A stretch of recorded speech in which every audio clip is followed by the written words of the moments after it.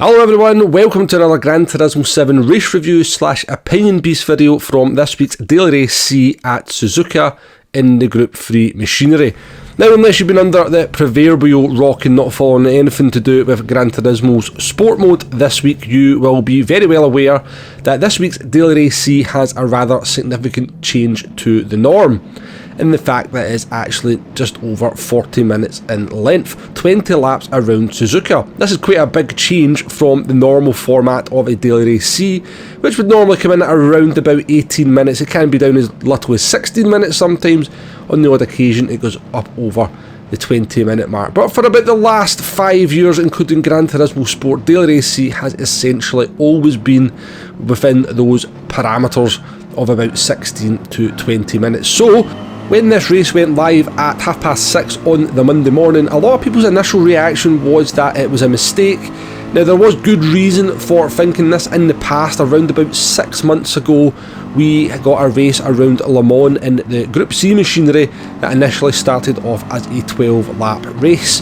Now, the 4-minute lap around Le Mans meant that race was around about 36 to 37 minutes. Now, at the time, there was a couple of clues within the settings that this was probably a mistake on Polyphony Digital's part. The fact that they still had the time required to complete the race at 25 minutes, and the fact that the races were still starting every 30 minutes meant that the player base was being split. On this occasion, with the Group 3 race around Suzuka for 20 laps, the time required actually from the very beginning stated 50 minutes, and after the first split went live at 7 o'clock, I was able to confirm from a source that there was no split that went live at 7:30. So it was clear fairly early on from the details, from the information we can garner, that this was a very deliberate move from Polyphony Digital to give us a longer Daily Race C. Now, a longer Daily Race is something that a lot of people, myself included, have been asking for quite a long time from Polyphony Digital. And it was a very nice surprise to see when this race went live at 6:30 on the Monday morning that it was 20 laps, and it also seemed to be a deliberate move. Now, longer races are not for everyone, so I completely understand that some people just don't have the time or the commitment or the will to sit down and race for 40 minutes at a time, which is why there should be a sort of selection of daily races like we have that can kind of cater for all kind of drivers out there. But I would say that drivers who are kind of looking for a longer race, but it's more about consistency, settling into the race, opening up the strategy options, have been kind of not really given that option up until this point here. So yeah, I think the best solution, and everybody's been saying it for years, is obviously just have your Daily Race A, have your Daily Race B, have your Daily Race C, and bring in an additional Daily Race D that runs every 2 to 3 hours, maybe with some in-session qualifying. And I think at that point you pretty much kind of cater for every kind of Gran Turismo player out there. But for whatever reason, they just seem to want to stick to the 3 daily races, and it'll be interesting to see what happens with Daily Race C going forward. Is this just a flash in the pan, or is there going to be more longer Daily Race C's in the future, or is this going to be the format going forward, and could we see similar changes to maybe Daily Race A and B as well? It brings exciting times when you get a company like Polyphony Digital who are very much stuck in their ways, actually changing something quite revolutionary for them. It's not really, because it's just doubling the race length, but it is, in Polyphony Digital terms, a fairly revolutionary move to double the length of the race, and essentially in Gran Turismo 7 terms give us an endurance race. So in terms of reception, I think this race has been very well received on the whole. Any kind of videos that I've watched about it has been kind of singing the praises of it. I have done maybe about 12 or 13 of these races myself. Unfortunately, I have not been very well, coughing and spluttering and sniffing and sneezing like every 2 to 3 minutes, so I've not really been able to stream it that much. We did do a stream on Tuesday, but I've done quite a lot of races just off stream, and I've been thoroughly enjoying my time on this kind of longer race, because it's the intensity of the race in some ways is kind of reduced. It's all about consistency, it's about getting into a flow, it's about working your strategy, managing the fuel, because there is a little bit of a fuel issue in this one, try to make sure your tyres are still in good shape towards the end. Yeah, it's got a lot of elements of a race that I totally forgot about that little moment, to be fair. I think we saved that BMW's life. We also picked up front damage, and going to lose a position to the Porsche of Johnny in the process. Yeah, I totally forgot about that. But yeah, I've thoroughly enjoyed it. I've been using some different cars, and yeah, I think universally it's been getting quite a lot of praise. The lobbies have seemed busy, but, and it is a big but, in some ways this race doesn't quite work as well as I would have liked it to, and that's what we're going to go on to now. We're going to start talking about the strategy in this race. Yeah, I can already hear everybody turning off and going, yeah, Womble's going to start talking about strategy. Yeah, I've, you know, lost interest. But yeah, if you're still with me, let me try and explain to you why this race, as good as it is and why it's a great change, doesn't quite work. So at the end of lap 6 here, I'm going to jump into the pits. We're only about 2.8 seconds off the lead. I feel I'm losing a little bit of time to the cars in front of me, and I can maybe go a little bit quicker. So we're going to change the tyres here now. I did say in the strategy guide that you could pit as early as lap 3, because the tyres will last to the end, albeit they will be absolutely wasted by the end of your second stint. So we've gone as far as lap 6 here. Now this still is, in relative terms, a little bit off the optimal pit stop. Optimal pit stop, you want to be pitting lap 9 or 10. But yeah, I'm going to try and now explain to you the problems with this race in terms of the strategy. Okay, so I've pitted at the end of lap 6. I was 2.8 seconds off the lead, and I am going for the classic undercut strategy. The plan is put on a fresh set of tyres, get some clean track, put in some fast laps. I know they're going to run to laps 9 or 10, and then hopefully get the jump on them. The problem is that the way the tyre wear model works at the moment, yes, we're going to go there again.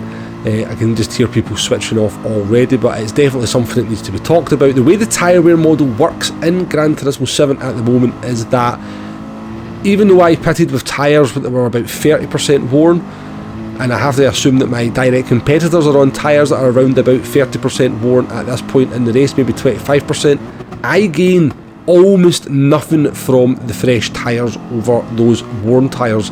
That's compounded by the fact as well that we come out the pits on cold tyres, so I've got a lap of warming these tyres up before they start to actually get to peak performance. So you can see from the delta, we came out 22.7 seconds behind the leader by the time we get down into turn 1, and we are not gaining any time whatsoever on that driver, despite the fact that they didn't appear to be any faster than us over the first stint. We are losing time to them. We're certainly not gaining time on them, despite the fact we have completely fresh tyres on against their 25 to 30% worn tyres. The way the tyre wear model works in the game at the moment is that if your tyres really need to go beyond 40%, closer to 45% worn before you start to get a significant drop off in the lap time, and even then it's only going to be around about 3 to 4 tenths. So trying to actually make an undercut work on the same tyre compound is nearly impossible in this game. Now you can gain time, of course. You will gain time because maybe you will be slightly quicker. The reason I'm gaining time here is not because my tyres are better, it's because I've got clear tracks. I'm now able to brake where I want to brake. I'm kind of able to negotiate the circuit the way that I want to negotiate it. But I should also just be gaining lap time as well through the fresh tyres, and it's just not the case in the game at the moment, and it's very, very detrimental to strategy options. And all I'm really going to do here is basically give myself a huge disadvantage towards the end of the race, because I've pitted as early as what I have. My tyres are by the end of the race going to be well beyond that 50% mark, and I'm going to be suffering lap time loss compared to the drivers who do the optimal strategy. Now what should really happen is, because I've pitted early, I should kind of get 3 to 4, 5 seconds down the road from people doing the optimal strategy, because I should be gaining. Under the old tyre wear model, I'd be gaining about 1.2, 1.5 seconds a lap here. The penalty I'd pay for that is that they would be much faster than me at the end of the race, and then they would come back at me very, very strongly, and possibly some of them would overtake me.